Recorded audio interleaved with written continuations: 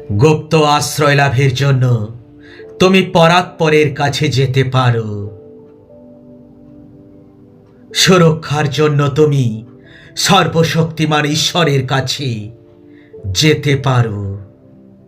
ভয়ঙ্কর ব্যাধি এবং গুপ্ত বিপদ থেকে ঈশ্বর তোমায় রক্ষা করবেন।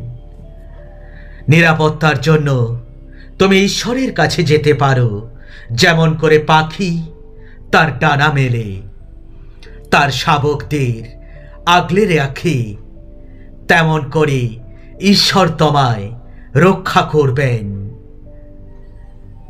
তোমায় রক্ষা করার জন্য ঈশ্বর হবেন একটি ঢাল ও প্রাচীরের মতো। রাতে তোমার ভয় পাওয়ার মতো কিছু থাকবে না। দিনের বেলাতেও শত্রুর তীরকে তুমি ভয় পাবে না।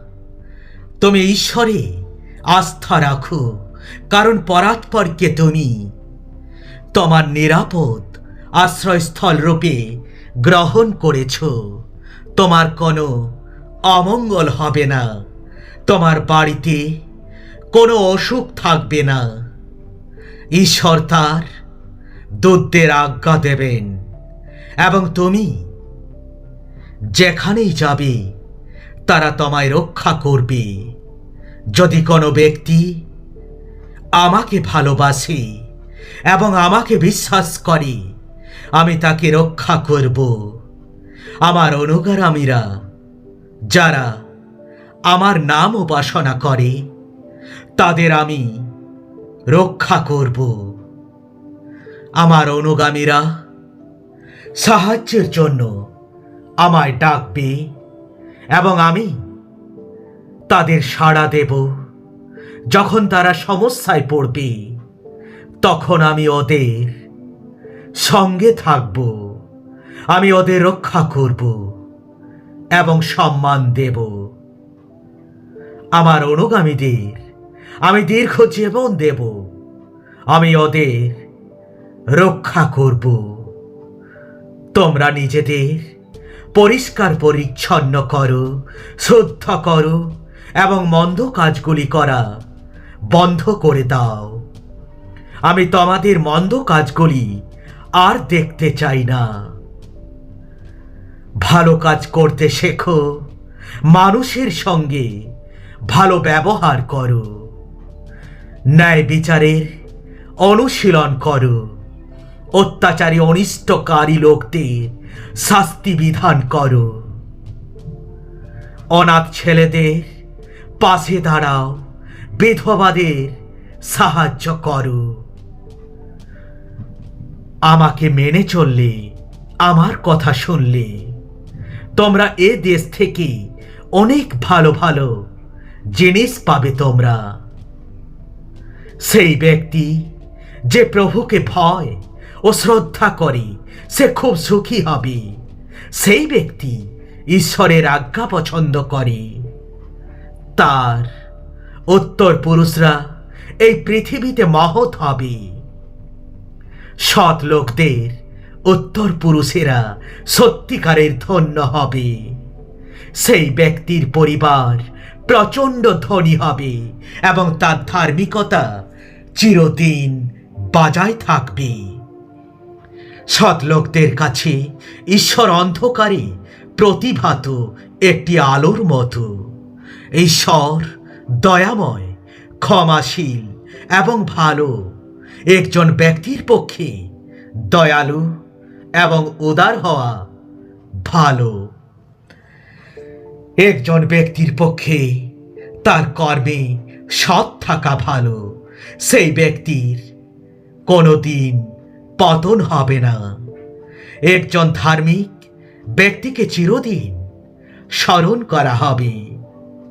তোমাদের ঈশ্বরকে তোমাদের সমস্ত হৃদয়, সমস্ত প্রাণ এবং তোমাদের সমস্ত শক্তি দিয়ে তোমরা ভালোবাসবে।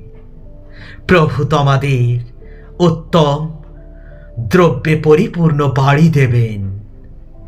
যে দ্রব্য তোমরা সেখানে রাখনি, প্রভু তোমাদের এমন অনেক কূপ, দেবেন, যা তোমরা কখনো খনন করনি। খেয়ে দেখে তৃপ্ত হলে পর প্রভু তোমাদের প্রচুর দ্রাক্ষার ক্ষেত এবং জলপাইয়ের গাছ দেবেন, যেগুলো তোমরা রোপণ করনি। তোমাদের খাদ্যের অভাব হবে না এবং তোমাদের প্রয়োজনীয় সমস্ত কিছুই তোমরা পেয়ে যাবে।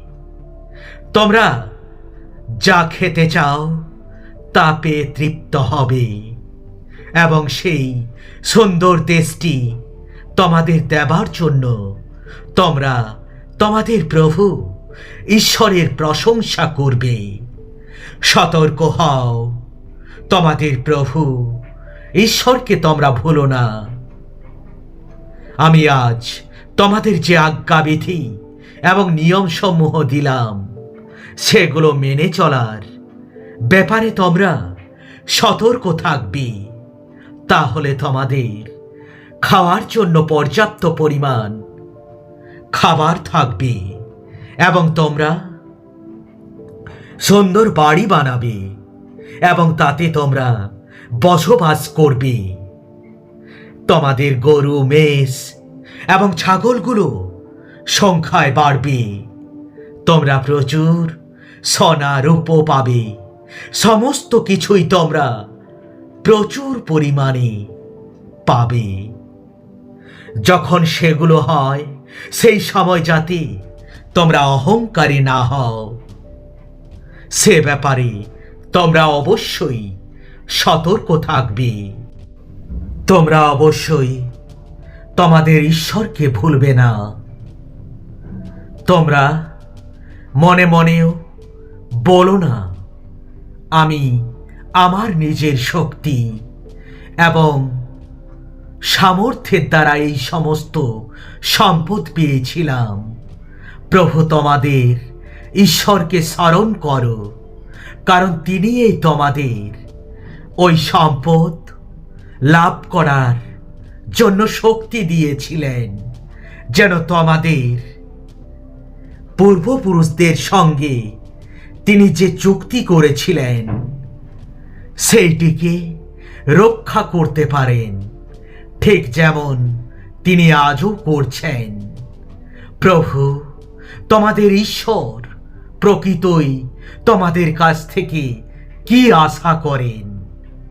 ঈশ্বর চান যে তোমরা তাকে শ্রদ্ধা করবে এবং তিনি যা বলেন সেটাই করেন। ঈশ্বর চান যে তোমরা তাকে ভালোবাসবে এবং তোমাদের সমস্ত হৃদয় এবং সমস্ত আত্মা দিয়ে তার সেবা করবে। God bless you.